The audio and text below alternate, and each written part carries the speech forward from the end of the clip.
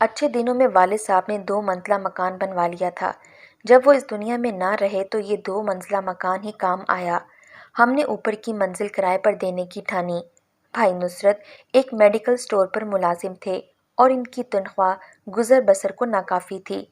امی کو بھائی نے مشورہ دیا کہ میں نے امام صاحب کو کہہ دیا ہے اگر کوئی اچھے لوگ ملیں تو ہمارا مکان کرائے پر لگوا دیں۔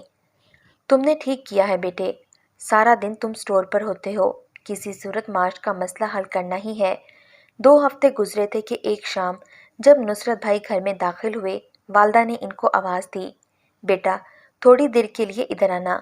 اس وقت مغرب کی اذان ہو رہی تھی۔ بھائی کا معمول تھا کہ وہ مغرب کے وقت گھر آ جاتے تھے اور کپڑے بدل کر نماز پڑھنے مسجد کی راہ لیتے۔ نصرت بھائی نے امی کی آواز پر لبیک کہا۔ کپڑے بدلنے کی بجائے وہ امی کی طرف آ گئے، پوچھا، جی امی جان، آپ نے بلایا، کیا کوئی خاص بات ہے؟ ہاں بیٹا، آج امام صاحب کے لڑکے کے ساتھ ایک شخص آیا تھا۔ اس شخص کو کرائے کے لیے گھر چاہیے، وہ مغرب کے بعد آنے کا کہہ کر گیا ہے۔ ٹھیک ہے امی جان، میں امام صاحب سے بات کر لوں گا۔ بھائی نماز پڑھ کر آئے تو بتایا کہ اس شخص سے مسجد میں ملاقات ہو گئی ہے جس کو کرائے پر مکان چاہیے۔ یہ امام صاحب کے بیٹے کے ساتھ پڑھتا تھا، اس کا پرانا کلاس فیلو ہے۔ امام صاحب نے کہا کہ میری اس شخص سے جان پہچان نہیں ہے، البتہ میرے بیٹے کا ہم جماعت رہا ہے۔ اگر آپ لوگوں کو ٹھیک معلوم ہو تو معاملہ طے کر لیں، ورنہ کوئی اور کرایہ دار مل جائے گا۔ تم نے پھر کیا فیصلہ کیا نصرت؟ امی جان، میں نے بات کی ہے، مجھے تو یہ بندہ ٹھیک لگا ہے، مختصر فیملی ہے۔ میں نے کرائے پر مکان دینے کی حامی بھر لی ہے، کل یہ لوگ ایڈوانس دے کر سامان لے آئیں گے، آپ کو صحیح لگے تو ایڈوانس لے کر ان کو گھر کی چابی حوالے کر دینا۔ اگلے دن بھائی نصرت ڈیوٹی پر گئے ہوئے تھے۔ جمال احمد نامی شخص آیا، بتایا کہ میں آپ کا گھر دیکھنا چاہتا ہوں، کل آپ کے بیٹے سے بات ہوئی تھی۔ امی نے اوپر کی منزل پر بنا ہوا پورشن دکھایا، انہوں نے گھر پسند کر لیا اور ایڈوانس کی رقم دے گیا۔ سامان 1-2 روز بعد لانے کو کہا۔ 3 روز بعد یہ کرایہ دار سامان لے کر آ گیا۔ کل 3 افراد تھے، میاں بیوی اور ایک لڑکی جو 11 سال کی تھی۔ انہوں نے مکان کی صفائی کرائی اور سامان شفٹ کر لیا۔ جمال نوجوان آدمی تھا، بیوی بھی جوان تھی۔ جمال کی بیوی کا نام ارجمن بانو تھا، جلد ہم سے گھل مل گئی۔ مجھے بہن، نصرت بھائی کو بھائی جان اور امی کو اماں جان کہتی تھی۔ اس طرح اس نے ہمارے رشتے بنا لیے۔ امی ایک بیٹی کی طرح اس کو چاہتی تھیں۔ وہ بہت باادب اور تابعدار قسم کی لڑکی تھی۔ بھائی جان سے تو جمال احمد کی ہفتے میں ایک بار صرف چھٹی کے دن ہی ملاقات ہوتی تھی۔ ایک دن باتوں باتوں میں انکشاف ہوا کہ جمال نے یہ شادی اپنے والدین سے چھپ کر کی تھی۔ اب اس کی خواہش تھی کہ بغیر کسی لڑائی جھگڑے کے اس کے والدین ارجمن بانو کو اپنی بہو تسلیم کر لیں اور اپنے گھر لے جائیں۔ اس نے خواہش ظاہر کی کہ نصرت بھائی آپ اور آپ کی امی جان درمیان میں پڑھ کر میرے والدین سے ہمارا ملاپ کروا دیں۔ میں امی جان سے بات کرتا ہوں، بھائی نے جمال کو جواب دیا۔ امی سے انہوں نے بات کی تو والدہ نے سمجھایا کہ بیٹا، ایسے معاملات نازک ہوتے ہیں، ہمارا ان لوگوں سے کوئی ناتا واسطہ جان پہچان نہیں، جمال کے ماں باپ بھلا ہماری بات کیوں سنیں گے؟ نصرت بھائی نیک دل اور سیدھے سادے آدمی تھے، ہر ایک سے ہمدردی کرنے والے تھے۔ امی کو سمجھانے لگے کہ کوشش کرنے میں کیا حرج ہے، یہ ہمارا کچھ نہیں، کرایہ دار تو ہیں، اور کرایہ داروں کا بھی مالک مکان سے ایک سماجی بندھن قائم ہو جاتا ہے۔ اگر وہ نہ مانے تو نہ صحیح، نیکی کے کام میں قدم اٹھانے میں تو کوئی حرج نہیں۔ تب والدہ بولی کہ ٹھیک ہے، لیکن جمال احمد سے کہو کہ پہلے وہ جا کر ماں باپ کے موڈ مزاج کو دیکھائے، وہاں کے حالات کا اندازہ کر لے تو ہی ہم اس کے ساتھ جائیں گے۔ جس دن یہ طے پایا اس سے اگلے دن جمال اپنے گاؤں چلا گیا۔ جاتے ہوئے وہ کہہ گیا کہ وہ 4 دن میں لوٹ آئے گا۔ 11 دن گزر گئے، وہ نہ لوٹ کر آیا۔ اس دوران جمال کی بیوی ارجمن بانو کے ماں باپ بیٹی سے ملنے آئے۔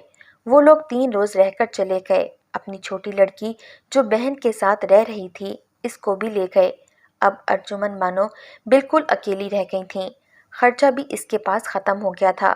بہت پریشان تھی۔ امی جان بار بار تسلی دیتی تھیں، مگر وہ یہی کہتی تھی اگر جمال نہ آیا تو میں کیا کروں گی، آپ لوگوں کا کرایہ بھی کہاں سے دوں گی؟ اس کی تم فکر مت کرو، ہم تم سے نہیں مانگیں گے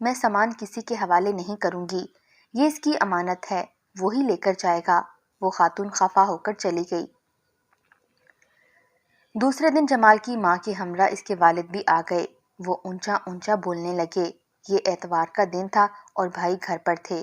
نصرت بھائی اس بزرگ کے سامنے مجرم کی طرح نظر آ رہے تھے۔ وہ ادب کی وجہ سے چپ تھے، مگر بڑے میاں گرج رہے تھے کہ میرے بیٹے کا سامان ہے، میرے حوالے کر دو، ہم اس کی ہر شے کے حقدار ہیں۔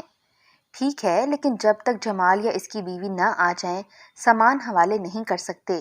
وہ آئے گا تو اس کو کیا جواب دیں گے؟ اس پر وہ اور غصہ ہونے لگے اور جیب سے ایک خط نکال کر دکھایا کہ دیکھو، جمال نے یہ خط مجھے خود دیکھ کر تمہارے پاس بھیجا ہے۔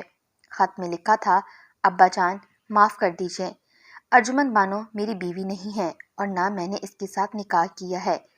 اس کے ساتھ نکاح کیسے ہو سکتا ہے جبکہ اس کا تو پہلے سے ہی نکاح کسی اور کے ساتھ ہے۔ یہ عورت زبردستی میرے گلے پڑ گئی، یوں سمجھ لیں کہ میرا اس کے ساتھ کوئی واسطہ نہیں۔ آپ میرا خط نصرت صاحب کو دکھا دیں گے تو وہ آپ کو سامان اٹھانے دیں گے۔ نصرت بھیا نے وہ خط پڑھ کر بڑے میاں کو پکڑایا اور کہا کہ میں کسی ایسے رکے کو نہیں مانتا، جب تک از خود جمال نہ آئے گا میں کسی کو اپنے کرایہ دار کی کسی شے کو ہاتھ نہیں لگانے دوں گا۔ وہ لوگ تو گرجتے برستے چلے گئے، لیکن ہم سوچتے رہ گئے کہ اگر یہ خط واقعی جمال کا تحریر کردہ ہے تو کیا کوئی سامان کی خاطر اتنا گر سکتا ہے کہ بیوی کو بیوی ماننے سے انکار کر دے۔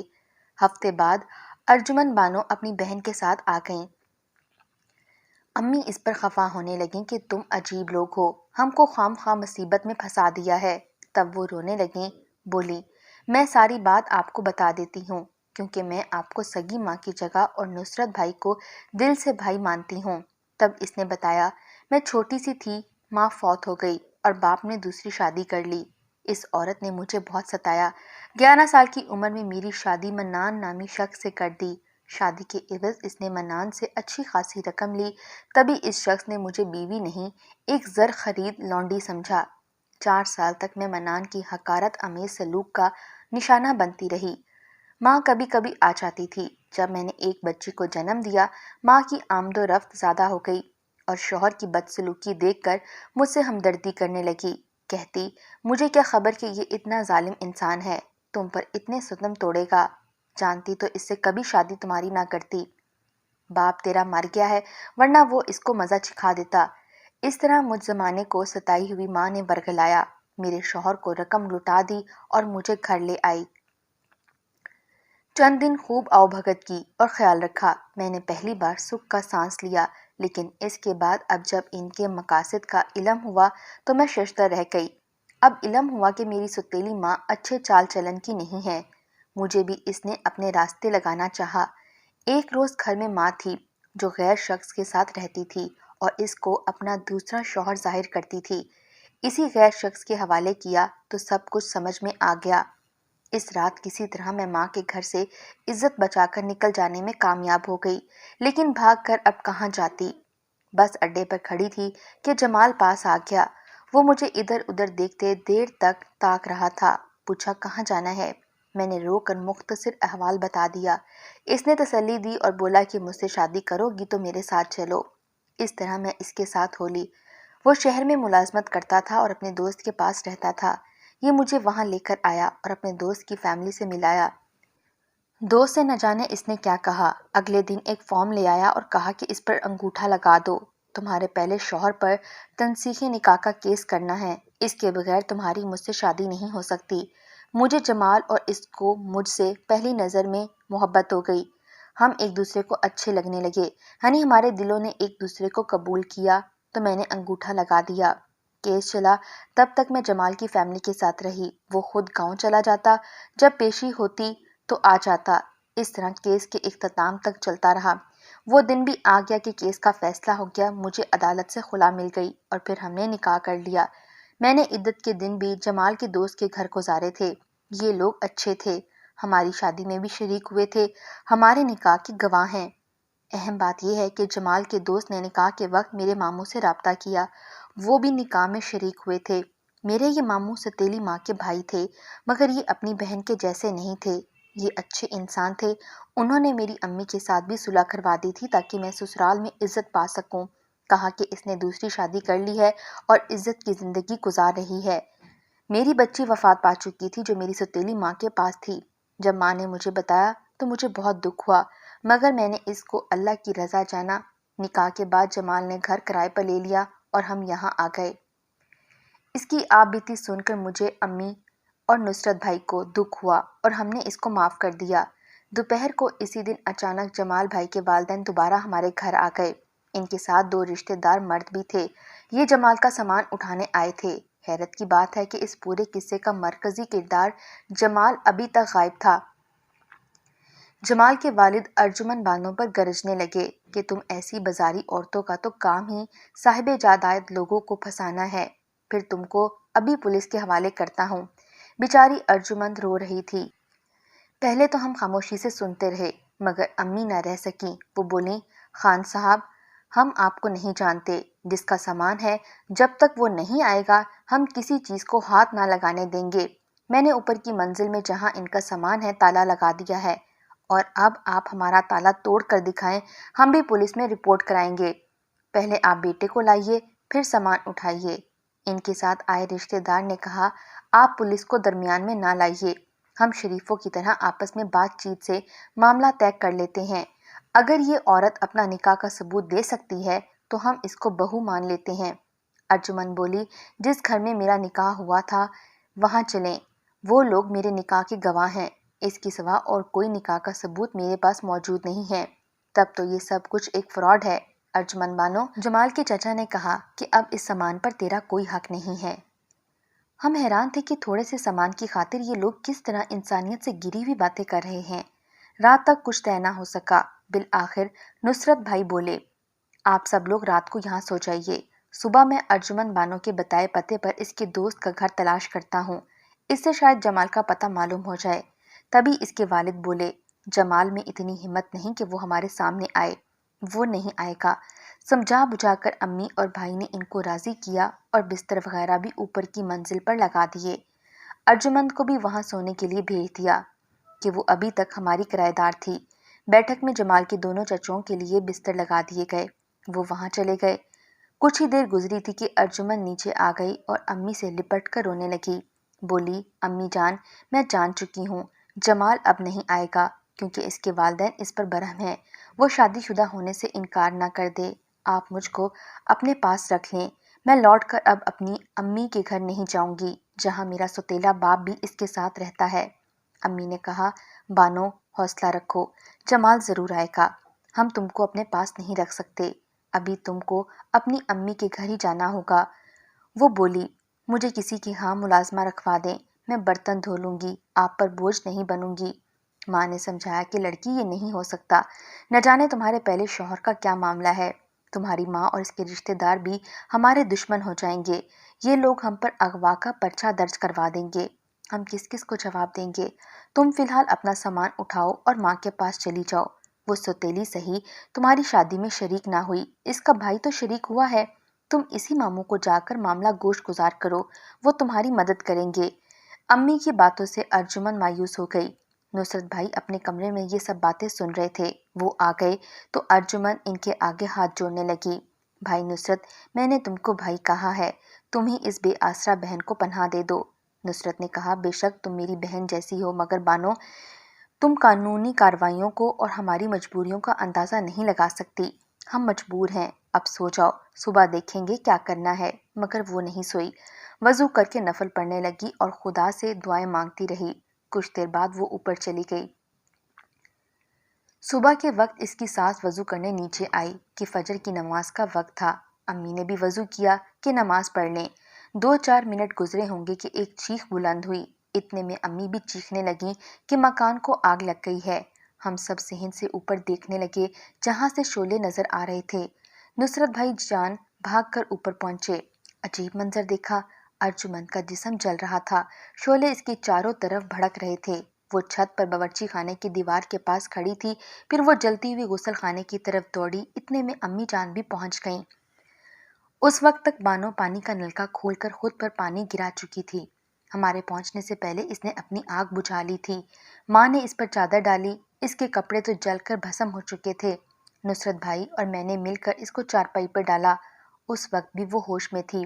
بولی، نصرت بھائی، پولیس کو بلوائیے، میں نے بیان لکھوانا ہے۔ میں نے اپنے آپ کو خود آگ لگائی ہے، مجھے کسی نے نہیں جلایا۔ ایسا نہ ہو کہ جمال کے والدین پر الزام آ جائے۔ کسی پڑوسی نے پہلے ہی پولیس کو فون کر دیا تھا کہ ان کی چھت سے ہماری چھت کا منظر واضح نظر آ رہا تھا۔ آنن فانن پولیس آ گئی۔ تھانہ ہمارے گھر سے قریب ہی تھا۔ ارجمن بانو کہہ رہی تھی، اب یہ لوگ خوش ہو جائیں، جس سامان کی خاطر یہ لوگ پریشان ہو رہے تھے ان کو ہی مل جائے گا، اب میں نہ بچوں گی۔ پولیس کو اس نے چند جملوں میں بمشکل یہ بیان دیا کہ میں نے خود کو جلایا ہے تاکہ میں درمیان سے ہٹ جاؤں اور میرا شوہر اپنی منگیتر سے شادی کر لے۔ میں اپنے ساس سسر کو راضی کرنا چاہتی تھی جو میری اور جمال کی شادی سے غمزدہ تھے، مگر انہوں نے مجھے نہیں جلایا۔ میرا سامان بھی ان کو دے دیا جائے۔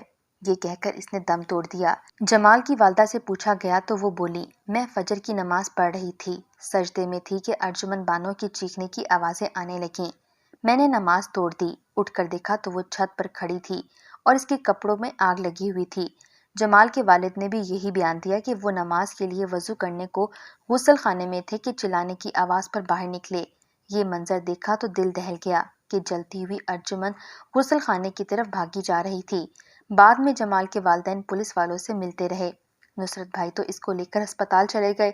اس نے کب دم توڑا مجھے نہیں معلوم، مگر سب نے اس کو اتفاقی حادثہ قرار دے دیا۔ پولیس نے بھی جو کارروائی کرنا تھی کر لی اور جمال کے والدین کو بے قصور قرار دے دیا گیا۔ لیکن میں آج بھی سوچتی ہوں کہ ارجمن بانو کی خودکشی میں کیا ہم سب قصوروار نہیں؟ اس کی سوتیلی ماں، سابقہ شوہر جمال اور اس کے والدین اور ہم، کہ آخر اس نے ہم سے ہاتھ جوڑ کر پناہ کی درخواست کی تھی، مگر مصلحتوں کے سبب سبھی نے اس کو مرنے کے لیے مایوس چھوڑ دیا۔ اگر ہم نے اخلاقی سہارا دیا ہوتا تو شاید یہ نہ ہوتا۔